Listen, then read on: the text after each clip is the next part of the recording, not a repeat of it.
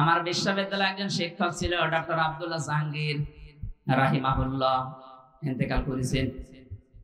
একবার বলছিলেন যে কুষ্টিয়ার এক চেয়ারম্যান, সাবেক চেয়ারম্যান, উনি গেছে খুলনায় নিজের ছেলের বাড়িতে। যাবার পরে কড়া নাড়ানোর পরে কলিং বেল টিপ দিয়েছে, এসেছে বেলে ছেলে। রাত তখন 10:30 বাজে। ডাক বলে, আব্বা তুমি এত রাতে আসলে? কাজে এসেছিলাম, শেষ পর্যন্ত আর যেতে পারিনি, এই জন্য তোর বাড়িতে আজকে থাকবো, কালকে যাব। আসো ভেতরে। ভেতরে নেওয়ার পরে জিজ্ঞাসা করছে, আব্বা তুমি খেয়ে এসেছো? ছেলের বাড়ি কেউ খেয়ে যায়? ও বুঝতে পেরেছে আমার ছেলের অবস্থা কোন পর্যায়ে আছে। কথা বলে না, ঠিক আছে আমার খাওয়া লাগবে না, এতটুকু বলার পরে ছেলে স্ত্রীর কাছে গিয়ে বলছে, দেখো আমার বাবা এসেছে, রান্না করো। না, আমি সেই সন্ধ্যা থেকে রাত 10:30 পর্যন্ত আমি সিরিয়াল দেখছি, আমি ক্লান্ত। কি দেখছি? সিরিয়াল গুলো একটার পরে একটা আমি দেখছি, আমি আর পারবো না। তোমার বাবা তুমি পারলে রান্না করে খাওয়াও বা হোটেল থেকে নিয়ে এসে খাওয়াও। এ কথা চেয়ারম্যান শুনে ফেলেছে। ছেলেকে ডাক দিয়ে বলছে, কিছু বলা লাগবে না বৌমাকে, আমার ক্ষুধা নেই, আমি খেয়ে এসেছি, তোরা ঘুমিয়ে পড়। 1-1.5 ঘন্টা পরে রাত 12:30টার দিকে হঠাৎ কলিং বেলকে যেন টিপ দিয়েছে। বাইরে যেয়ে দেখে ওর নিজের ছোট শালা। ডাক দিয়ে বলছে, দোলা ভাই আমি আজ বাড়ি যেতে পারিনি, চলে আসলাম। ঠিক আছে আসো, তোমারে দিয়ে খেলা শুরু হবে। ঘরের ভেতরে নিয়ে বলছে, রান্না করো। পারবো না, তোমার ভাই এসেছে। এবার উঠেছে। রান্না কমপ্লিট করে যখন খাবার খাবে, বাবাকে এবার ডাক দিচ্ছে, আব্বা তোমার বৌমা রান্না করেছে, খেয়ে নাও। বাবা তো বুঝেছে যে রান্না কার জন্য। কথা বলেন না কেন? ঠিক আছে খাওয়া লাগবে না, তোরা ঘুমিয়ে পড়। সকালবেলা বাবা যে ব্যাগটা নিয়েছে ওইটা নিয়ে বের হয়ে চলে যাচ্ছে। ডাক দিয়ে বলে, আব্বা তোমার বৌমা রান্না করছে, খেয়ে যাবা না? চোখের পানি ফেলে হাউমাউ করে কাঁদে আর বলে, সন্তান আমি যেদিন তোর শালা হব ওই দিন খেয়ে যাবে। এটা হাসির করা কিনা? একটা বাবা কত দুঃখ পেলে এই কথা বলতে পারে বলেন তো? কারণ সে জানে যে রান্না আমার জন্য না, এটা তো শালার জন্য ওর বউ রান্না করছে। বলছে, রান্না আমি আজকে খাবো না, যেদিন তোর শালা হব ওই দিন খেয়ে যাব। আমার তো মনে হয় এখানে কুষ্টিয়ার ওই চেয়ারম্যানের মতো হাজারো মানুষ বসে আছে, তারা তার ছেলে আর বৌমার কাছে ওই রকমই। সম্মানিত মা বোনেরা, আপনাদেরকে আমি সত্যিই ভালোবাসি। আপনি এই ছোট একটা বিষয়ের কারণে জাহান্নামী হয়ে যাবেন, আমি চাই না। কি হবে আপনার নামাজ দিয়ে? কি হবে আপনার সিয়াম দিয়ে? হজ করে আসেন, দান সাদকা করেন, জিকির আজকার করেন, কষ্ট করেন, কি হবে? পারিবারিক জীবনে এই সম্পর্কটা যদি আপনি ঠিক রাখতে না পারেন, এই যে কোরআন আমার হাতে, আল্লাহর কসম আপনার সাথে আল্লাহ সম্পর্ক কাট করে দেবে। এই জন্য আশা করছে আপনার স্বামীকে এভাবে উল্টা পাল্টা বোঝাবেন না, তাকে মানসিক চাপে রাখবেন না, তাহলে আপনার নামাজ রোজা হজ যাকাত সব মাঠে মারা যাবে। বিশ্বনবীর স্ত্রী হযরতে খাদিজাতুল কুবরা রাদিয়াল্লাহু তাআলা আনহা, তিনি ওই সময় মুসলমান হননি, ঈমান আনেননি। কিন্তু নবীজি যখন এসেই বললেন, জাম্মিলুনি, আমাকে ঢেকে দাও, আমি ভয় পেয়েছি। হযরতে খাদিজা একদিন বলেছিলেন, কাল্লা আল্লাহি মা ইউখসিকাল্লাহু আবাদান ইন্নাকা লা তাসিলুর রাহমা ওয়া তাহমিলুল কাল্লা ওয়া তাকসিবুল মা'দুমা ওয়া তু'ইনু আলা নাওয়াইবিল হক। যারা মেয়ে লোক এসেছেন তাদেরকে এবার বলছে, শুধু বাদাম খাচ্ছেন বসে বসে, এইদিকে ভালো করে খেয়াল করে থাকুন।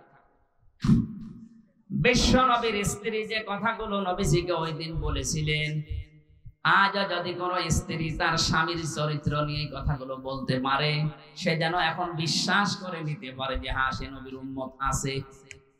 আর যদি দেখেন যে না, নবীর এই 5টা বিষয়ের সাথে আমার চরিত্র মিলছে না, আপনি বিশ্বাস করতে পারেন আপনি নবীর উম্মত থেকে খারিজ হয়ে গেছেন।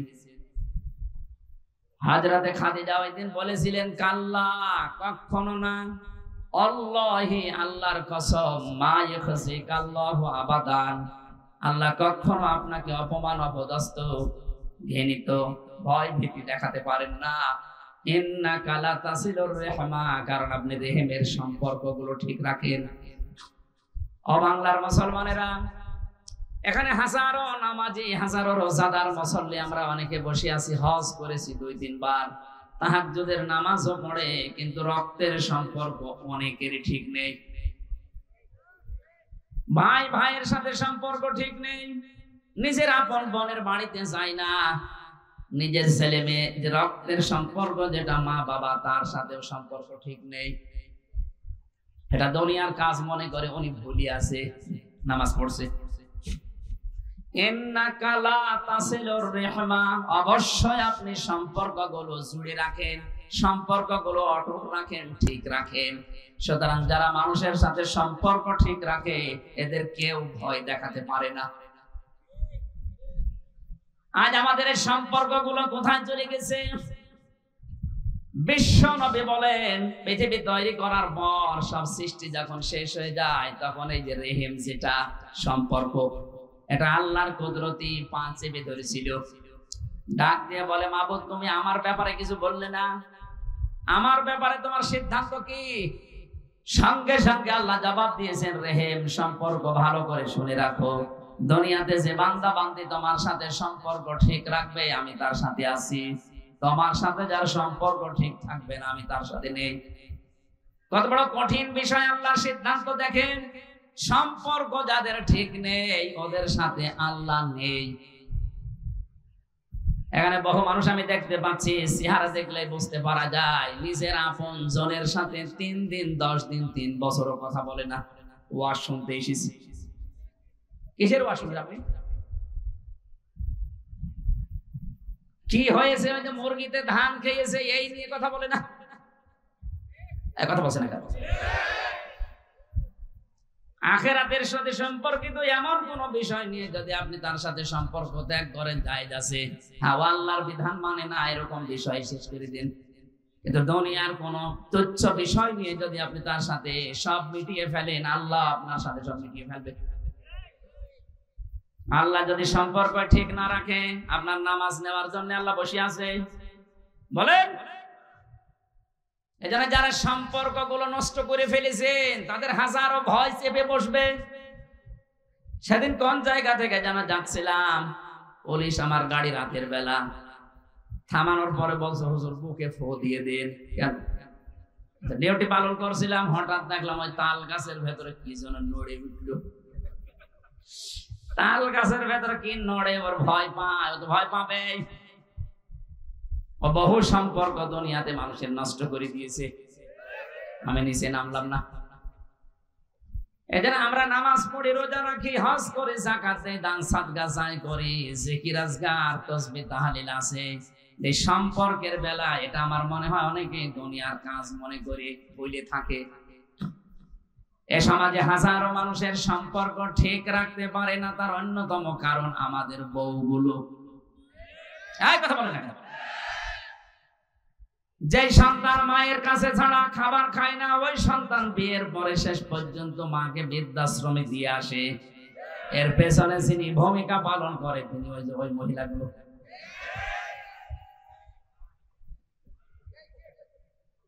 ওরা মনে করে আমি নামাজ পড়ি, রোজা রাখি, কালো বোরকা পরি, আমি ভালো জান্নাতে যাবো না, যাবে কে? জান্নাত। আপনার কারণে আপনার স্বামী তার মা বাবাকে ছেড়েছে, তার আপন বোনকে ছেড়েছে, তার আপন ভাইকে ছেড়েছে। এরকম ছোট মনের বউ আছে কার? হাত তোলেন তো। মেয়েদের উপরে মানে আন্দাজে দোষারোপ করা হয়ে গেল, তো সব আল্লাহর ওলি বসে আছে। আলহামদুলিল্লাহ, যাক এলাকার মেয়েরা ভালো, আমি ক্ষমা চাচ্ছি মা বোনেরা। আমি না জানতাম না, এই জন্য বলে ফেলেছিলাম। এলাকাটা তো খুব ভালোই আছে। হ্যাঁ, এই যে বৃদ্ধাশ্রম দেখে আসলাম, আপনার পাশের জেলা কিশোরগঞ্জ, নীলফামারীর কিশোরগঞ্জ। কারা ওখানে? কারা? ওকে ফেরেশতা এসে বসে আছে। আপনাদের মা বাবা, আপনাদের ওখানে মা বাবা অনেকে লাইন দিয়ে দেখলাম বসে আছে এইদিকে এইদিকে। ওদের চেহারার দিকে তাকালে বোঝা যাচ্ছে ওরা বড় দোয়া করছে। আমরা যারা স্বামী আছি, আমি যতটুকু বাস্তবতায় দেখি, আমি নিজের থেকে বলছি, আমি সহ পৃথিবীর কোন স্বামী চাই না যে বিয়ের পরে আমার মা বাবা আলাদা হয়ে যাক। কথা বলা লাগবে, কোন স্বামী এটা চাই? কিন্তু কালের আবর্তনে বাস্তবতার নিরিখে আমরা দেখতে পাচ্ছি অধিকাংশ পরিবারে তার মা বাবাকে আলাদা করে দেওয়া হচ্ছে এই স্ত্রীর কান পড়ার কারণে। আর ওই স্ত্রীকে মন্ত্র পড়ায় ওর মা আর ওর বড় বোন। এখানে যার বড় বোন আছে ওরা বিয়ে করবেন না? না, আমি হাসির খোরাক দিই। হাজারো পরিবারে সমস্যা আছে না? 2 নম্বরে স্ত্রী বলেছিল, হে আমার স্বামী, আপনি ভয় পাবেন না, তাহমিলুল কাল্লা, আপনি মানুষের বোঝা বহন করেন, আপনি মানুষের দুঃখের বোঝা, কষ্টের বোঝা, ঋণের বোঝা, হাজারো বোঝাগুলো আপনি বহন করেন, আপনি কেন ভয় পান? আস্তাকান তামাম দুনিয়ার দিকে যারা বোঝা বহন করা দূরের কথা, আরো জাতির উপরে বোঝা দিয়ে যায়। কথা বললেন না কেন? যে মহিলা পালিয়ে গেছে, আপনি তাকান কত বোঝা এই দেশে দিয়ে গেল।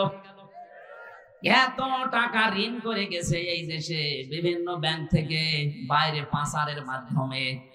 এই দেশে এখন যে জন্ম নেবে আজকে, সে 1 লাখ টাকা মাথার উপরে ঋণ। ঋণটা আপনি দিয়ে তো ভালো আরামে আছেন। আপনি আজ 2 মাস কতদিন হয়ে গেল বাইরের দেশে আছেন, আপনি তো রেমিটেন্স যোদ্ধা হওয়ার কথা ছিল, 1টা টাকাও পাঠাতে পারলেন না। কি 1টা টাকা পাঠিয়েছে? আরো গোপনে এদিক ওদিক করে এই দেশ থেকে টাকা যাচ্ছে, আরামে চা খাচ্ছে। মাথার ঘাম পায়ে ফেলে বাংলাদেশ সহ বিশ্বের বহু দেশে যারা আছে, তারা যেমন টাকা পাঠাচ্ছে, রেমিটেন্স পাঠাচ্ছে, আপনারা উচিত এই 2 মাস কতদিন হয়ে গেল বাইরে আছেন, কিছু পাঠান, একটু ঋণ গুলো মুক্ত করি। এগুলোর খবর নেই। আরো ঋণের বোঝা, কষ্টের বোঝা, দুঃখের বোঝা আমাদের মাথার উপরে পাহাড় পরিমাণ দিয়ে গেল। এখনো পর্যন্ত বাংলার বিভিন্ন হাসপাতালে 2780 জন মানুষ কাতরাচ্ছে। কারো হাত নেই, কারো পা নেই, কারো চোখ নেই, কারো লজ্জায় স্থান লেগেছে। এরকম কঠিন অবস্থায় পরিবার, তার মা বাবা, তার ভাই বোন, তার সমাজের জন্য বোঝা কিনা? আসতে বলেন। আপনি রাগ না করে বাস্তবের সাথে মিলান। এই মহিলা এতগুলো বোঝা দিয়ে গেল আমাদের। এরপরে 3732 জন মারা গেছে, এটা তাও সরকারি জরিপ। এতগুলো মানুষ মারা যায়, তার পরিবারের জন্য সে একটা কর্মক্ষম হয়ে উঠতো, আপনি তাকে দুনিয়া থেকে বিদায় করে দিলেন বেকার, কোনো কারণ নেই। পালিয়েও চলে গেলেন, তাকে দুনিয়া থেকে বিদায় দিলেন। মানুষ বলে ওদের বিচার করার কোনো লাইন নেই। বিচার করার লাইন নেই মানে এই গণহত্যার জন্য বিচার করার লাইন নেই। কে বলেছে আপনাকে? যে ব্যক্তি একটা মানুষকে হত্যা করে সে যেন তাম দুনিয়ার সব মানুষকে হত্যা করে।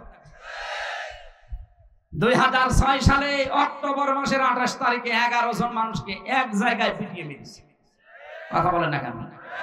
শুধু পিটিয়ে মেরে শেষ করে দিয়েছে, লাশের উপরে ড্যান্স দিয়েছে। পৃথিবীর ইতিহাস পাল্টিয়ে ফেলেছেন আপনারা।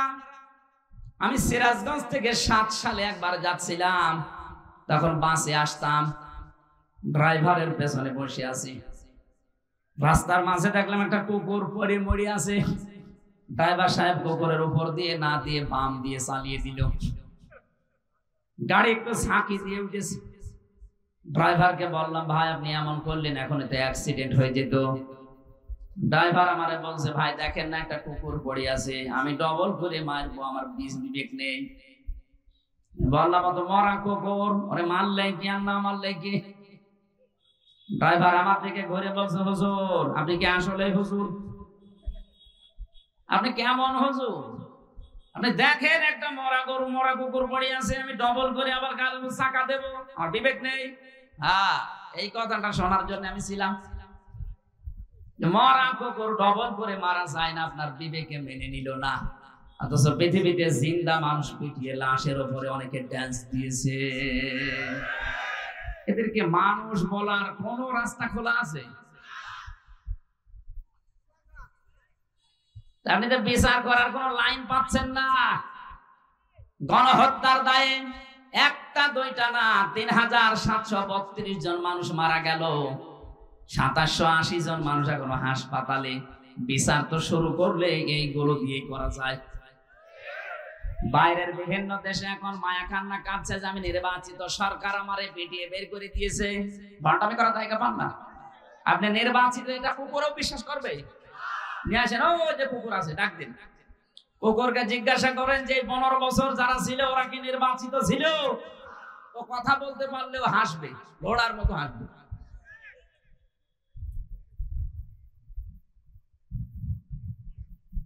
কোরআনে কারীম জানিয়েছে, হুয়া জিতাবাকুম ওয়া মা জাআলা আলাইকুম ফিদ-দীনি মিন হারাজ। সূরা হজের 78 নম্বর আয়াতের মাঝের অংশে আছে, রব্বুল আলামিন বলেন তিনি তোমাদেরকে নির্বাচিত করেন। দিনাজপুরবাসী, নির্বাচিত করা হয় যার মাধ্যমে, ওই পদ্ধতির নাম নির্বাচন। আপনারা কি কবরে আছেন? জবাব দেন না কেন? নির্বাচিত করা হয় যার মাধ্যমে, এই পদ্ধতির নাম কি? আপনি বুকে হাত দিয়ে বলতে পারবেন এই 15 বছরে কোন নির্বাচন হয়েছে? নির্বাচন যদি হয়তো তাহলে 154 জন নির্বাচনের আগেই হয়েছিল না। কথা বলেন না কেন? যেখানে 151 জন হলে সরকার গঠন করা যায়, সেখানে আপনি আন্দাজে নির্বাচিত হয়ে পড়লেন 154 জন। আর এর আগের টার্মে যা করলেন, দিনে ভোট হবে, আগে রাতেই আপনি শেষ করে দিলেন। আপনি নির্বাচিত হলেন কোন কায়দায়? এটা দিনের ভোট যে রাতে হয়েছে, এটার প্রমাণ আমি নিজে। আমি জেলখানায় 3টা বছর ছিলাম। আমার সাথে এক ওসি সাহেব ছিল জেলে। একবার তাওবার ব্যাখ্যা করলাম ওনারে, উনি আমারে বলছে, হুজুর আপনি যেভাবে তাওবা শোনালেন আমারে, আমারটা দেখেন তো তওবা হয়েছে কিনা। কি তাওবা? বলছে যে নির্বাচনে আমি বাইরে ছিলাম, ওই সময় আমার দায়িত্ব ছিল ফেনীতে। রাত 12টার পরে আমার যে দল বল আছে এগুলো নিয়ে আমি ভোট কাটা আরম্ভ করলাম আল্লাহর নামে। কার নামে? আল্লাহর নামে আরম্ভ করলাম। সত্যি যে কোরআন শরীফ যা বলেছে আমি অতটুকুই বলছি। আল্লাহর নামে ভোট কাটা আরম্ভ করলাম একেবারে ফজর পর্যন্ত। বাক্স ভর্তি করে জমা দিয়ে দিলাম। তাড়াতাড়ি করে গোসল করে ওযু করে নামাজ পড়লাম।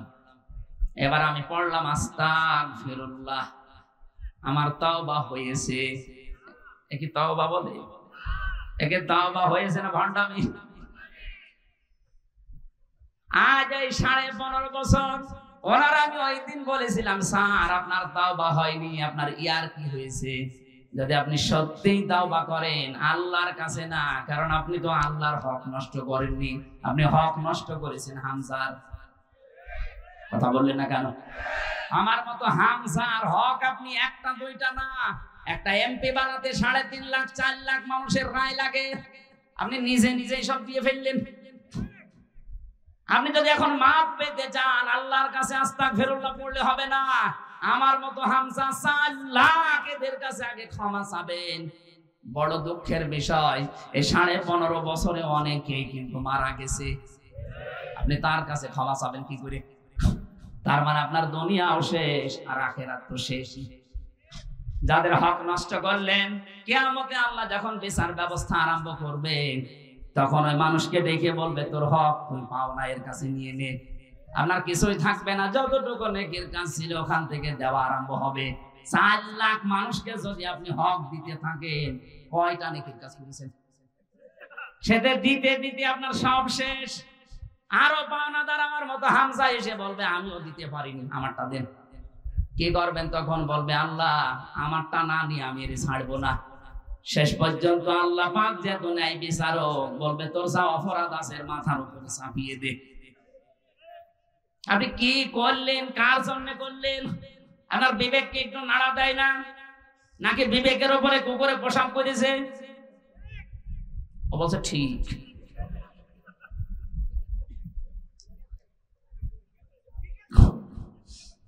না, বাস্তবতা আমাদের হচ্ছে না ভাই। কিসের তাওবা আপনি করেন আমি তো বুঝি না।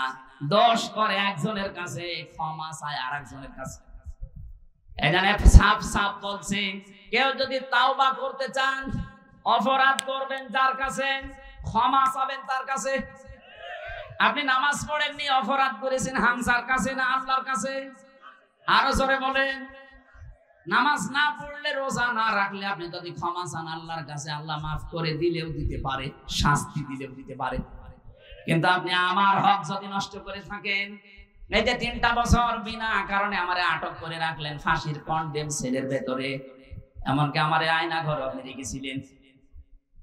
মামলা আমার কিছুদিন আগে সব খারিজ হয়ে গেছে, প্রমাণ হয়েছে আমার কোনো দোষ নেই, আমি নির্দোষ। তাহলে নির্দোষ মানুষের জীবন থেকে 3টা বছর নষ্ট করে দিলেন। আমার হক ছিল আমার স্ত্রীর, আমার সন্তানাদের, আমার মা বাবা, কথা বলছেন না, তাদের হক গুলো আপনি নষ্ট করেছেন আপনার ইচ্ছার কারণে। আপনি যদি শুধু একটু ইচ্ছা করতেন ছেড়ে দিতে পারতেন। মামলাটা প্রায় 33 বার সিএমএম কোর্ট, জজ কোর্ট, হাইকোর্টে উঠেছিল, তারপরও বলেছে না, জামিন যেন দেওয়া না হয়। অথচ সেই জজই এই স্বাধীনতার পরে মামলা তুলতে দেরি, মামলা এভাবে দেখে বলছে কি দিয়ে বিচার করবো, কোনো মাল নেই, যা সব জামিন দিবে। শুধু জামিন না, একেবারে জীবনের মতো খারিজ করে দিয়েছে। আদালত কর্তৃক প্রমাণিত আমি নির্দোষ, আমার কোনো দোষ এ মামলার সাথে পাইনি। আমার মতো হাজারো হাজারো হাজারো মানুষ, প্রায় 1,10,000-এর মতো মানুষ জেল কাটতেছে। আমি যতটুকু দেখলাম 3 বছরে প্রায় 100 জনের 60 জন কিছুই জানে না আন্দাজে। যারা বিচারক আছে অধিকাংশ হাত পাতা ছিল। আমার ওই বিচারপতিকে আমি মনে করলাম, জিজ্ঞাসা করি, স্যার এগুলো তো আপনার হাতে ছিল, এতদিন কিছুই করেননি, হঠাৎ আজকে বললেন কোনো মাল নেই, ছেড়ে দিলাম, এতদিন কি হয়েছে? এইটাই আমার বলতো, হুজুর আমার হাত বাঁধা ছিল। কথা বলেন না কেন? এখন আমার হাত খোলা আছে। আমরা চাই এদেশের 1628টা চেয়ার আছে, যারা বিচারালয় আছে, শিক্ষা ব্যবস্থায় আছে, চিকিৎসা ব্যবস্থায় আছে, রাষ্ট্রীয় ব্যবস্থায় আছে, প্রশাসনে আছে, এদেশের দায়িত্বে যারা প্রতিনিধি হয়ে আছে, এরকম 1628টা চেয়ার এখন এই দেশে। প্রত্যেকটা চেয়ারের হাত বাঁধা ছিল। এই জন্য ন্যায় বিচারের পরিবর্তে অবিচার পেয়েছি বেশি। এখন যেহেতু হাত খোলা, চাই এই দেশে কিয়ামতের আগে যেন কারো হাত আর বাঁধা না থাকে। সবার হাত এই রংপুর বিভাগের কৃতি সন্তান, বীর সন্তান আবু সাইদের মতো খোলা থাকবে। এখন 100 জনের 65 জন অলরেডি পাল্টিয়ে গেছে বিভিন্ন চেয়ার থেকে, কিন্তু জালেমদের দোসর এখনো 35 জন আছে দেশে। আর এরাই মাঝে মাঝে উল্টা পাল্টা ছড়ায়, এটা মাঝে মাঝে একটু উসবিস করে, দেখেন না এরা। আমরা চাই দেশে সংস্কার যখন আরম্ভ হয়েছে, একটা চেয়ারেও যেন কোনো জালেম আর জালামের দোসর না থাকে। সব চেয়ার আমরা চাই যেন ওই বিচারকের মতো মুক্ত। বলেন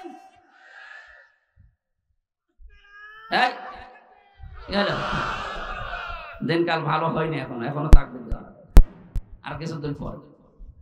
দিনাজপুরবাসী, আমি যেটা বলতে চাই, পর্যন্ত এসেছি, কোন অপরাধ যদি আপনি করেন, এই অপরাধ করার পরে যদি আপনি মনে করেন যে আমি আস্তাগফিরুল্লাহ পড়লেই মাফ হয়ে যাবে না, আপনি যার কাছে অপরাধ করেছিলেন আগে তার কাছে যে বলবেন যে আমার ভুল হয়ে গেছে, কি করব এখন বলো। ও যদি বলে আপনি আমার 5 লাখ টাকা লস করে দিয়েছেন, মিথ্যা মামলা দিয়ে, মিথ্যা সাক্ষী দিয়ে, উকিলের মাধ্যমে, এই উকিলকে টাকা দিয়ে আপনি আমার বাড়ি থেকে বেকার 5 লাখ টাকা নষ্ট করে দিয়েছেন, 5 লাখ টাকা আগে ফেরত দেন, তারপরে আপনার আমি মাফ করব, আপনার তাই করা লাগবে। সুতরাং 15.5 বছর যারা জুলুম, নির্যাতন, অত্যাচার, গুম, খুন, আয়না ঘরের সাথে যারা জড়িত, এরা যদি মাফ পেতে চায় আগে এই গোনা উসুল করা লাগবে, এরপরে মাফ হবে। এই গোনাগুলো উসুল কিভাবে হবে? কেউ যদি চুরির সাথে জড়িত থাকে 15 বছরে তার হাত কাটা লাগবে। এই কথা বলছেন না কেন? কেউ যদি জেনার সাথে জড়িত থাকে তাহলে সঙ্গে সাথ করা লাগবে। কেউ যদি হত্যার সাথে জড়িত থাকে ওকে মেরে ফেলা লাগবে। কেউ যদি আয়না ঘরের সাথে জড়িত থাকে তাকে 14 বছর আয়না ঘরে রাখা লাগবে। কেউ যদি গুমের সাথে জড়িত থাকে, গুম সে কত বড় মারাত্মক অপরাধ, যে পরিবারে একটা লোক গুম হয় তারা বুঝে। আমি মাত্র 10 দিন ছিলাম আয়না ঘরে, তাই আমার বাবা মা পাগল হয়ে যাওয়ার মতো। অথচ ব্যারিস্টার আরমানের স্ত্রী আজ 8 বছর আমান আজমের স্ত্রী শেষ পর্যন্ত 10 বছর পার করে ফেলেছে, পাইনি খোঁজ, গত বছর বিয়ে করে ফেলেছে।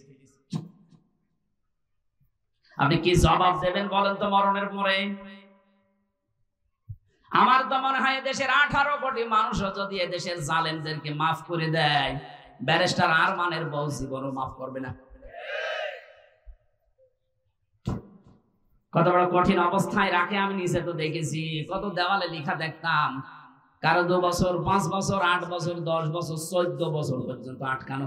দুনিয়ার মানুষ জানেই না যে এখানে মানুষ আছে, অথচ উপর দিয়ে গাড়ি চলতেছে, উপর দিয়ে গাড়ি চলে, মানুষ চলে, কত কিছুর আওয়াজ, নিচে পড়ে আছে 1 দিন 2 দিন না 14 বছর। একটা মোবাইল নাম্বার লেখা দেখলাম, ওখানে লেখা আছে, ভাই যদি বাইরে কেউ যেতে পারেন আমার এই নাম্বারটা দিয়ে একটু জানাবে যে আমি বেশি আছি।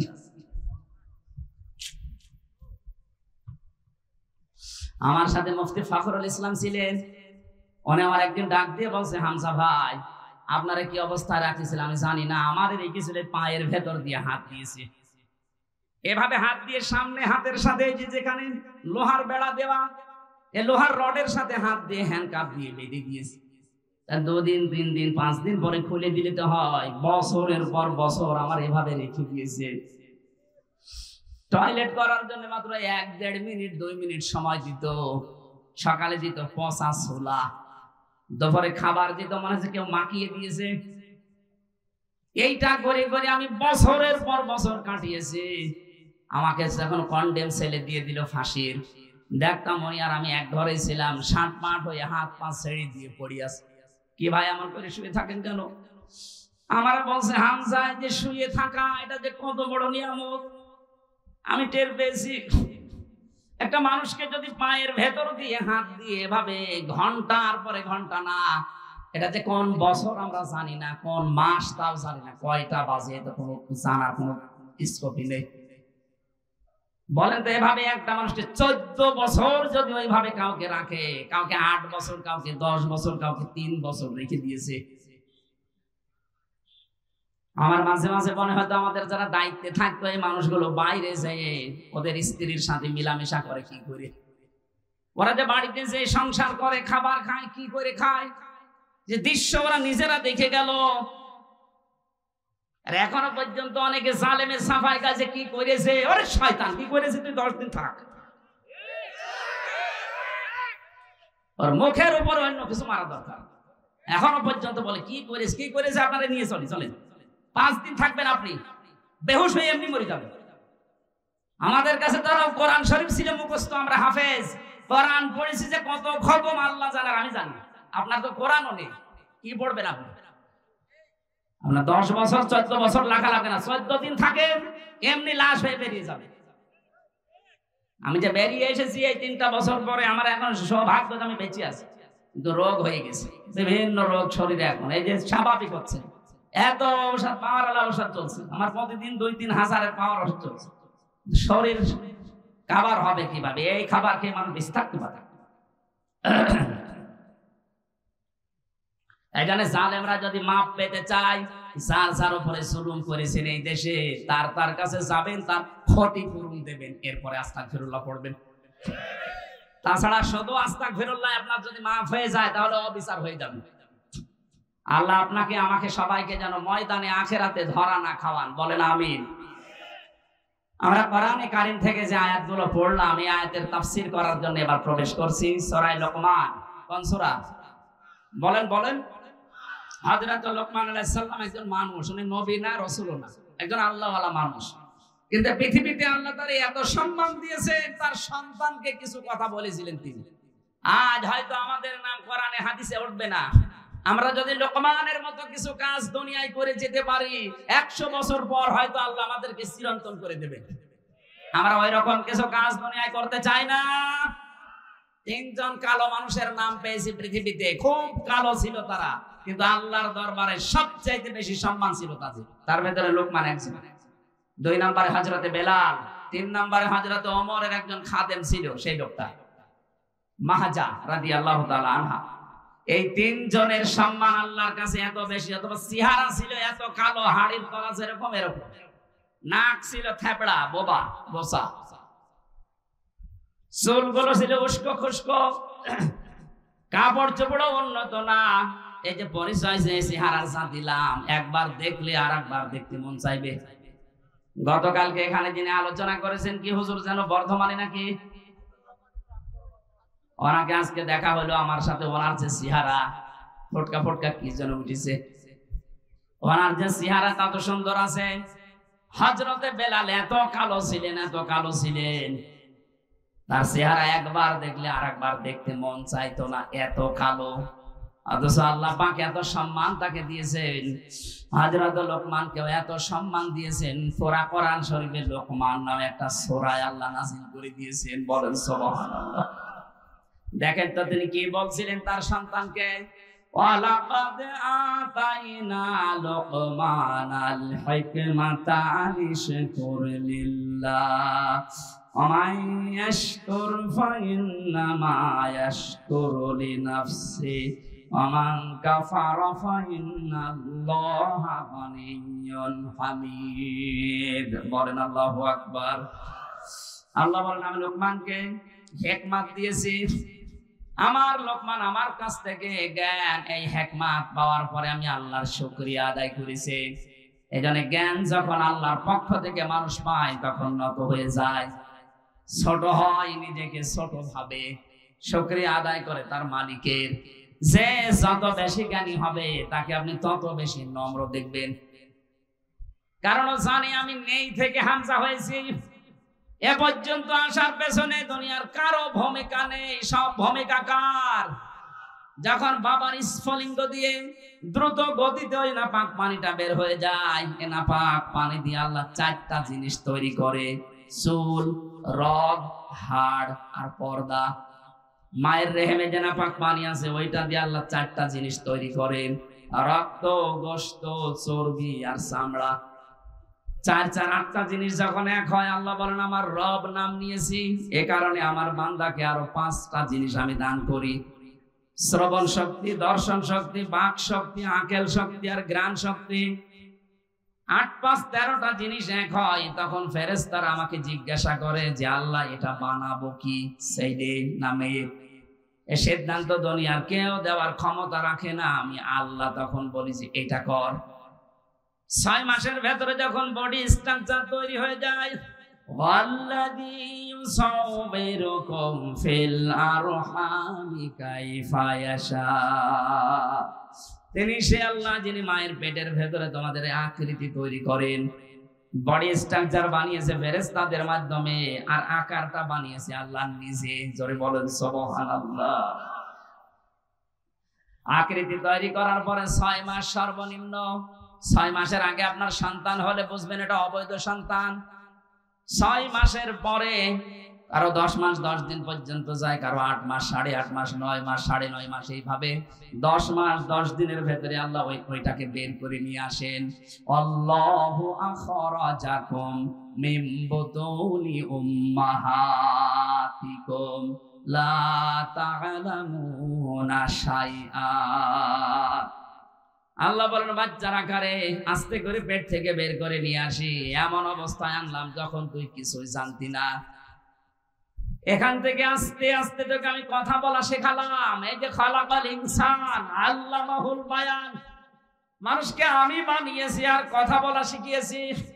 বিজ্ঞান এখন এই আল্লামাহুল বায়ান নিয়ে গবেষণা চালিয়েছে যে মানুষ কথা বলে কি করে। দেখি এই কয়েক ইঞ্চি জায়গা, এখানে ২৭টা ধাক্কা তৈরি হওয়ার পরে একটা কথা তৈরি হয়। এতটুকু জায়গার ভেতরে ২৭টা স্তর আছে। ২৭টা স্তর পার করার পরে ধাক্কা লাগতে লাগতে একটা কথা তৈরি হয়। এটা দুনিয়ার কোন মানুষ আমাদেরকে দেয়নি, এটা দিয়েছে শুধুমাত্র কে? আরো জোরে বলেন কে? দুনিয়ায় যদি কিচ্ছু না পান, এই যে কথা বলতে পারেন, আপনি যদি তামাম দুনিয়ার সব জায়গায় সেজদা দিয়ে শেষ করে ফেলেন, তারপরও এই কথা বলতে পারা, এর নিয়ামতের শুকরিয়া শেষ হবে না। যে মানুষগুলো দেখতে পারেন বিশেষ করে, এটা যে কত বড় নিয়ামত, যারা দেখে না ওই মানুষগুলো টের পাচ্ছে দুনিয়া কি। অন্ধ মানুষের কাছে দুনিয়া আখিরাত সমান, কবরের মতো লাগে। কুমিল্লায় এক মাহফিলে আমার সাথে অন্ধ খাবার খাচ্ছিল, হঠাৎ বিদ্যুৎ চলে গেল। আমরা যারা চোখওয়ালা মানুষ আছি চিল্লা পাল্লা করছি। হঠাৎ পাশ থেকে অন্ধ আমার হাত চেপে ধরে বলছে, হুজুর মাত্র 1.5-2 মিনিট কারেন্ট চলে গেছে, আপনি চিল্লান। অথচ 42 বছর আমার জীবনে কারেন্ট নেই। 42টা বছর আমি দেখি না, আমি তো চিল্লালাম না। অন্ধ ওই দিন আমাকে আর একটা কথা জানিয়েছে, আপনারা যারা চোখওয়ালা মানুষ তো দিনের বেলা দেখেন, রাতের বেলা স্বপ্নে দেখলেও কিছু দেখতে পান। আমরা যারা চোখ নেই অন্ধ মানুষ, দিনে তো দেখি না, রাতের বেলা যদি স্বপ্নেও দেখি কিছু দেখতে পায় না, শুধু আওয়াজ শুনি একটা। আপনি কি পেয়েছেন, টের পাচ্ছেন? আস্তে আস্তে কথা বলা শেখালাম, এরপরে ধরে উপরে তুলতে লাগলাম। দুনিয়াতে যা কিছু চলতে লাগে আস্তে আস্তে আমি সব তোকে দিয়েছি, অথচ তুই উল্লেখ করার মতো কিছু ছিলি না। হালা আতা আলাল ইনসানি হিনুম মিনাদ দাহরি লাম ইয়াকুন শাইআম মাযকুরা।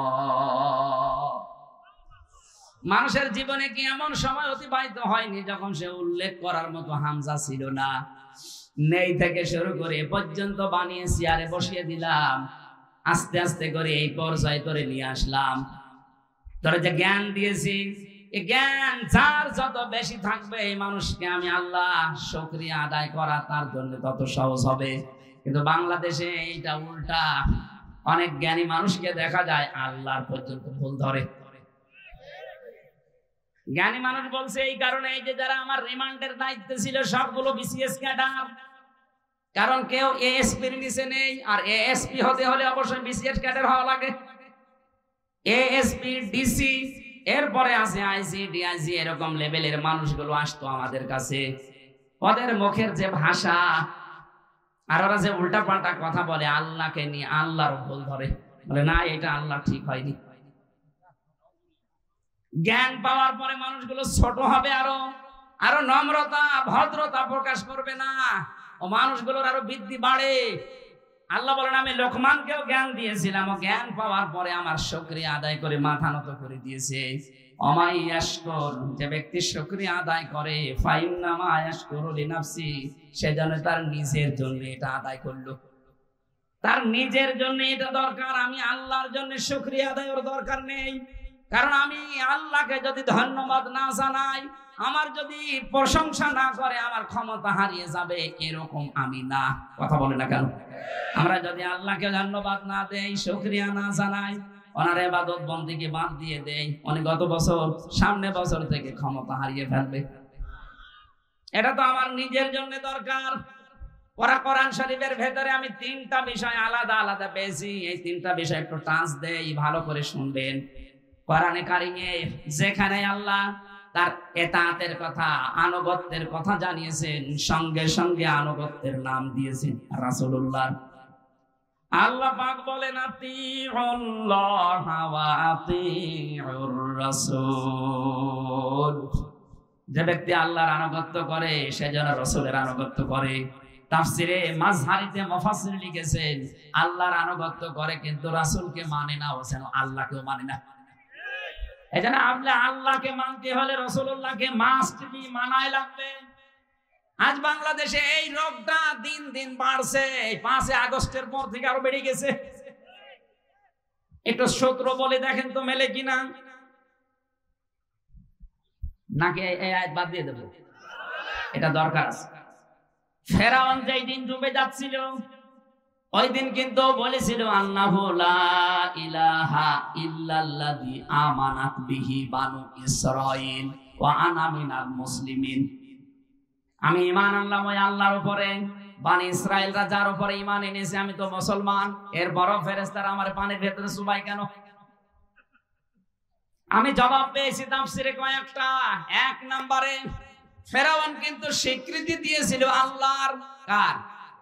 আরো জোরে বলেন। কিন্তু ওই জামানায় যিনি প্রেরিত পুরুষ ছিলেন, আল্লাহর পক্ষ থেকে নবী এবং রাসূল ছিলেন, তিনি হযরতে মূসা। কথা বলেন না কেন? তার স্বীকৃতি সে দেয়নি। ও যদি বলতো লা ইলাহা ইল্লাল্লাহ মুসা কালিমুল্লাহ, আল্লাহ ওই সময় মাফ করে দিত। তো কি করেছে? বিদ্রোহ। রিসালাতের ঘোষণাটা দেয়নি, শুধু দিয়েছে আল্লাহর একাত্মবাদের ঘোষণা, যে আন্নাহু লা ইলাহা ইল্লা, আমি ঈমান আনলাম ওই আল্লাহর প্রতি, আমানাত বিহি বানু ইসরাঈল, যার উপরে বনি ইসরাঈলরা ঈমান এনেছে, আমি মুসলমান। আল্লাহ বলেন না, ও যেহেতু রিসালাতের ঘোষণা দেয় না, ঈমান আনার সাথে যেগুলো সম্পৃক্ত, এক নম্বরে আল্লাহর একাত্মবাদের স্বীকৃতি দেওয়া, দুই নম্বরে রিসালাতের স্বীকৃতি দেওয়া, তিন নম্বরে আখিরাতে কিয়ামতে জবাব দিতে হবে, এই আচরণ তৈরি করা। কথা বলেন না কেন? আপনি আল্লাহর স্বীকৃতি দিয়েছেন, কিন্তু এই জামানার যিনি এখন প্রেরিত পুরুষ, শেষ নবী এবং রাসূল, তার নাম মুহাম্মাদুর। আজ বাংলাদেশে যারা নামাজ পড়েন, রোজা রাখেন, হজ করে আসেন, দান সাদকা করেন, এগুলো কার হুকুম? আরো জোরে বলেন। এগুলো করে অনেকে মনে করছেন তো নামাজ পড়ি, রোজা রাখি, হজ করে আসি, আমি দান সাদকা করি। কিন্তু রিসালাতের ঘোষণা দেওয়ার সময় যদি বলা হয় বিশ্ব নবী 23 বছরের জীবনে, নবুয়তের জিন্দেগিতে 13 বছর মার খেয়েছেন, 10 বছর রাষ্ট্রপ্রধান ছিলেন, তখন বলে হুজুর এটা রাজনীতি। কথা বললেন না কেন? আপনি আল্লাহর কথা মানবেন, কিন্তু তার প্রেরিত পুরুষ, তার পাঠানো নবী এবং রাসূলকে আপনি ফেরাউনের মতো মানবেন না। আপনার মরণ হবে নামাজ পড়ার পরও ফেরাউনের মতো।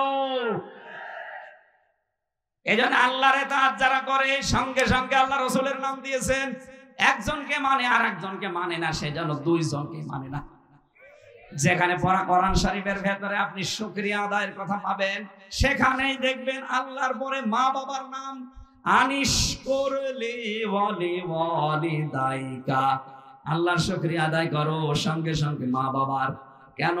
কারণ তোমাকে দুনিয়ার মুখ দেখাতে গিয়ে আল্লাহর পরে সবচাইতে বেশি কষ্ট স্বীকার করেছে তোমার মা আর বাবা।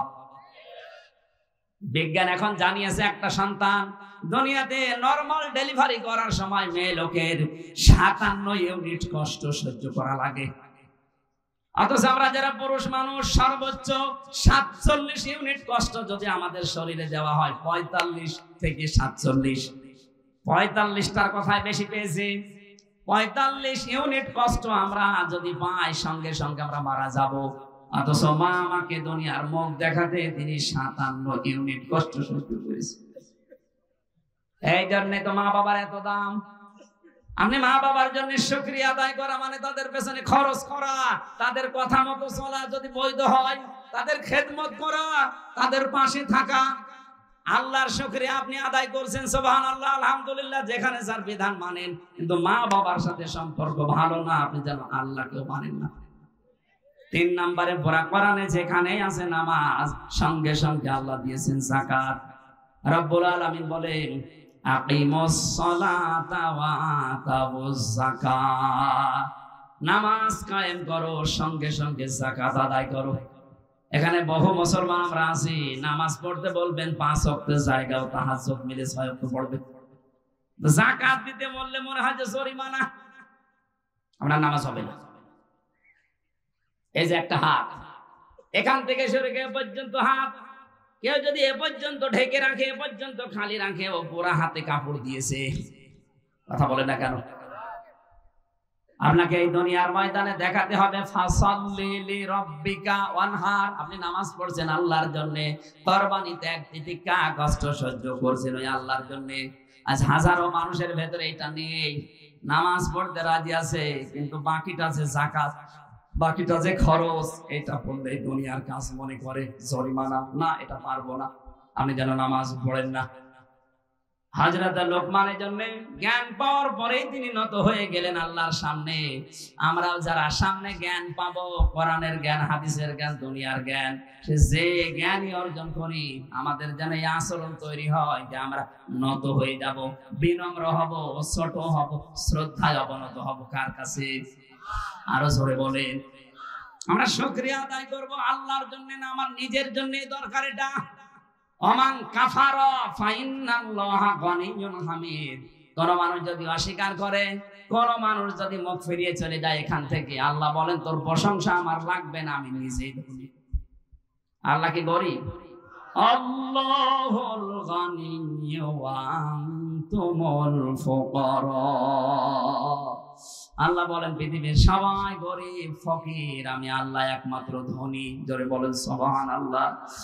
গরিব মানুষের কাছে যেহেতু ধনীদের কাছে ধারণা দেওয়া, সব চাইতে ধনী আমার আল্লাহ নিজে। জানে গনি নামটা তিনি নিয়েছেন। কাউকে যদি গনি বলে ডাকেন আপনার কিন্তু মনে হবে, বলা লাগবে আব্দুল গনি। এই পৃথিবীতে একমাত্র ধনীকে, আরো জোরে বলেন। বারবার চলতে ফিরতে আমাদের মুখ দিয়ে যেন এই শব্দটা আল্লাহ বের করে নেয়। বল লিল্লাহি মা ফিস সামাওয়াতি ওয়া মা ফিল আরদ। আসমান জমিনে যা আছে সব কার? তাহলে এগুলো আমাদের আয়ত্তে যতটুকু আছে, কারো 10 বিঘা 5 বিঘা 1 বিঘা 2 কাঠা, এগুলো সব আমার না, এগুলো আমার আমানত। এই কথা বলেন না কেন? এই বিশ্বাসটা যতদিন দৃঢ়ভাবে বদ্ধমূল না হবে ততদিন আপনি ইবাদতে শান্তি পাবেন না। আপনি এটা দৃঢ়ভাবে বিশ্বাস করেন যে এগুলো আল্লাহর, কিন্তু আমার কাছে আমানত। আমানতের জিনিস যেমন মন মতো খরচ করা যায় না, ওনাকে বলে জিজ্ঞাসা করে দেওয়া লাগে। সুতরাং আল্লাহ আমাকে আমানত দিয়েছে, আমানতের সঠিক ব্যবহার করে যেন আমি মারা যেতে পারি। আল্লাহ লোকমান আলাইহিস সালামের মতো দুনিয়ার ময়দানে এইভাবে শুকরিয়া আদায় করে বিশাল আখিরাত তৈরি করার তৌফিক দাও। আল্লাহুম্মা আমিন। লা ইলাহা ইল্লা আনতা সুবহানাকা ইন্নী কুনতু মিনাজ জালিমিন। আয় আল্লাহ তাআলা, তোমার বান্দা লোকমানকে তুমি জ্ঞান দিয়েছিলে, হিকমত দান করেছিলে, তোমার শুকরিয়া আদায়ের মাধ্যমে জ্ঞানের পরিপূর্ণতা সে পেয়েছে। আল্লাহ তাআলা আমাদেরকে তুমি যতটুকু জ্ঞান ইলম দিয়েছো, তোমার শুকরিয়া আদায় করে মাথা নত করে তোমার বিধান মানার তৌফিক দাও। সওয়াব যদি দিয়ে থাকো কোটি কোটি গুণে বাড়িয়ে মহান্নম বিশ্বনবী মুহাম্মদুর রাসূলুল্লাহর রওজায় পৌঁছিয়ে দাও। মা বাপ যারা হারিয়ে ফেলেছে আল্লাহ মা বাপকে ক্ষমা করে দাও। মাহফিলের সম্মানিত সভাপতি অ্যাডভোকেট আবু তালেব, আমার এই গোলামকে মুরব্বী বান্দাকে কবুল করো। আমাদের প্রধান অতিথি বিশেষ অতিথি যারা এসেছে মঞ্জুর করো। কত মা বোনেরা বসে আছে নিজেদের মা বাবা আত্মীয় স্বজন ছেড়ে, যারা স্বামীর বাড়িতে পড়ে আছে, আল্লাহ স্বামীর বাড়িকে জান্নাতের মতো বানিয়ে দাও। যাদের স্বামী অবাধ্য আছে বাধ্য করে দাও। যারা অসুস্থ আছে শেফায়ে কামেলা আজাল নসিব করো। তুমি দেখতে পাচ্ছ আমার শরীরের অবস্থা। জালেমের জিন্দান খানায় 3টা বছর ফাঁসির ওই কন্ডেম সেলের ভেতরে বসে থাকতে থাকতে আমার বিভিন্ন রোগ আমার শরীরে বাসা বেঁধেছে। আল্লাহ রোগগুলো মেহেরবানি করে শেফায়ে কামেলা আজেলা করে দাও।